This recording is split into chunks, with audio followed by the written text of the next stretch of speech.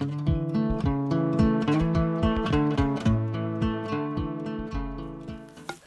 guys, welcome back to Nature's Cadence Farm. We're here at the farm today, and we're going to be putting in these timeless fence system fence posts. So what we decided to get, you can call them and talk to them. They're really good to talk to.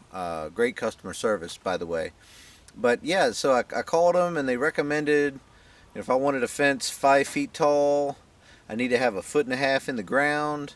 And so I needed a 6.5 foot post. So that's what I got. And so here it is.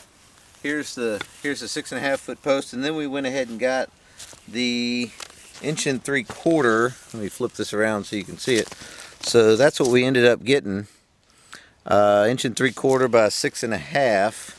And the 1 3/4 is a little bit bigger than their smaller one, so it has a little bit more rigidity to it. And you can see it has these holes in here. And so that's great for running all the wires and things in there. So the recommendation from the people there at Timeless Fence say to drive the post in until you get up to the sticker, and that's going to give you your 1.5 feet or so depth. And then you can see here the next hole is about that far away from the sticker. So for our pigs that we have now, they're kind of small, and so we might have to come back and drill maybe 2 more smaller holes here lower in the post so the pigs don't get out, or goats or whatever. But we'll see how it goes, because I will tell you, in our soil, we live in Virginia clay here, and so it got a little tight once it got down to the sticker. So I'm sure if your soil is any harder than ours, it would be hard to get it the rest of the way, or up to here at least. So either way, let's put a few in. We're not going to do a full fence today. We're just going to get a few of them in, get them straight and kind of pointed the same direction, and let's do it. Alright, what I'm going to do is use this string, and I'm going to tie it off here in this. This is a pseudo corner post for us. You can see it's not really super tight in the ground. We're going to use another product instead of the Timeless Fence System Corner Kit, which is a nice product. We've seen it and looked at it up close and personal at a show, actually the Homesteaders of America conference. We stopped by and saw the Timeless Fence System guys there. A lot of information. So we decided to try a metal T-post kit, and it's a metal T-post here, a couple diagonals, a vertical one there, and then so that's going to give us our corner strength. And so it's financially it's a lot less expensive than the Timeless corner kit, which is again a nice product. But we're going to try out both probably eventually one day, but we're going to start with the metal T-post and the little kit, which I'll show you that maybe in another video when we get that. So anyways, we're going to start with the string here, and we want to make sure we get our post kind of straight, and that's the idea. So let me get you in here and show you what I'm going to do. So the idea here is I'm going to tie off the tag end of the string to where my corner is going to be, and I'm going to kind of tie it a little low. I'm going to put a mic knot in here. It might hold and it might not, so we'll see. But luckily, thankfully, we're not doing anything crazy, so if it doesn't, nobody will get hurt. Then I'm going to walk down with this spool of string and place it on another post way down there in that corner. So let's go take a walk and do that.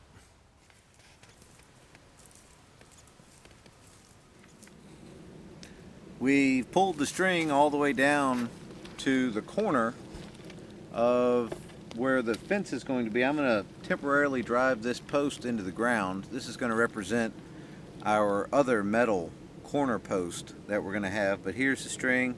I put it on a nut driver so we could unroll it really easy. Gives it nice way to unroll. So here's our post driver, and I'll show you how to put the posts in. Pretty straightforward, but since I'm not 8 feet tall, I have to bend the post over to get the driver on top of there. And I'm going to turn it around to where I've got the handles kind of facing me. And again, we're going to drive it down, not to this far, but that's how far you would go if you were putting a normal post in. But so let's get it started here. I'm going to try to get it halfway straight.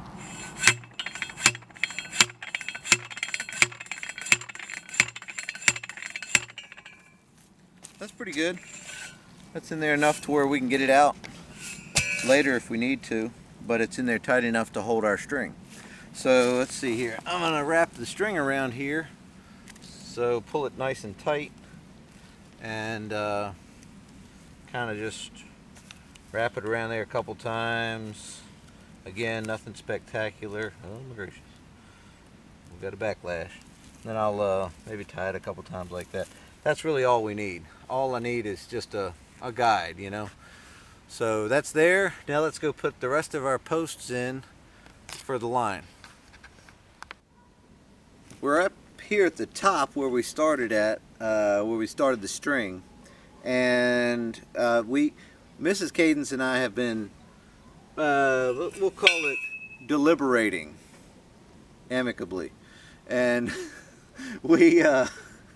so we have decided that we are going to put 6.5 feet of spacing in between each post.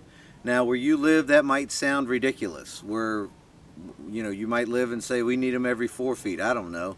But we decided that because the terrain that we're going over is not very level. It goes up and down, undulates, you know, so it's a lot of motion to it. So we decided 6.5 feet will keep our wires off the ground the right amount, all the way down. Because if we have them stretched too far apart, we could end up with an area. Imagine this is the wire here, you know, that high off the ground, and it would be dragging the ground in another place. So we decided to keep it like this so that it would be even, that the wires will be even, because we're going to have goats in here, pigs in here, possibly dogs, sheep. What else? That's it. Okay, so for now, but we might have more. So we're gonna drive this post in the ground here. I'm not going to show you every one of them because that would be boring for everybody. So I'm gonna show you this and show you how to drive it down in there to where the sticker is level with the ground. So let's do that. Now this is real time here. I have not pre-drilled a hole. The guys at Timeless Fence said we could pre-drill a hole maybe 1 inch in diameter as a pilot to help the post go in the ground a little bit easier, especially if it's really hard. I haven't done that yet, but I am going to get one of those bits, and it might make this job a little easier. If that doesn't work, then I'm going to end up buying a gas post driver, because this is not easy. So, and what time I spend doing this, I could be spending doing something else, and the post driver would save me that much money in no time at all. So here we go. Let's get this in the ground. So we're going to kind of eyeball it level, plumb. So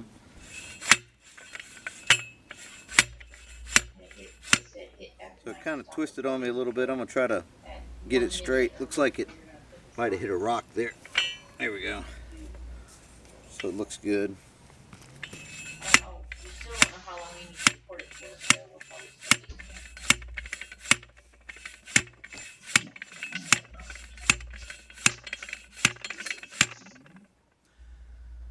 Yeah, you know, you want to take a little break every once in a while, you know, so.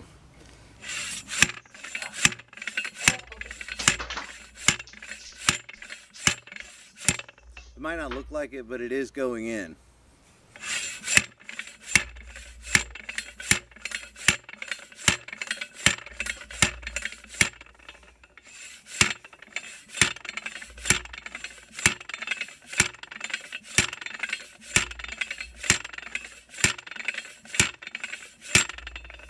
Okay, well, it's not that bad, is it? So there's the post in. And Mr. Cameraman can come over here and show you I got it down to the sticker. So, Timeless Fence Systems graciously provides these stickers at the proper burial depth. Now I might go in a little bit further, but I wanted to show you that's how far the post went into the ground. Again, it didn't look like it was moving, but trust me, it was. So let's drive that in the rest of the way, and then we'll be good to go.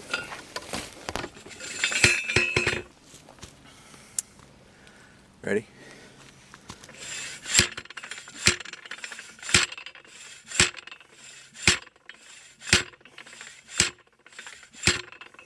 Okay, I'm happy with that.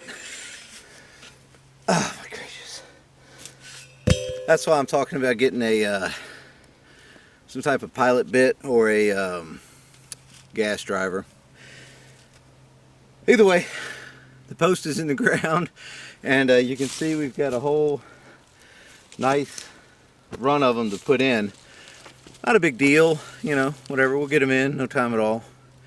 But anyways, guys, thanks for watching, and we're going to have more with this Timeless Fence System products in the future. So far, we're both impressed, Mr. and Mrs. Cadence, and so yeah, that's it. So thanks for watching, guys. We'll see you next time.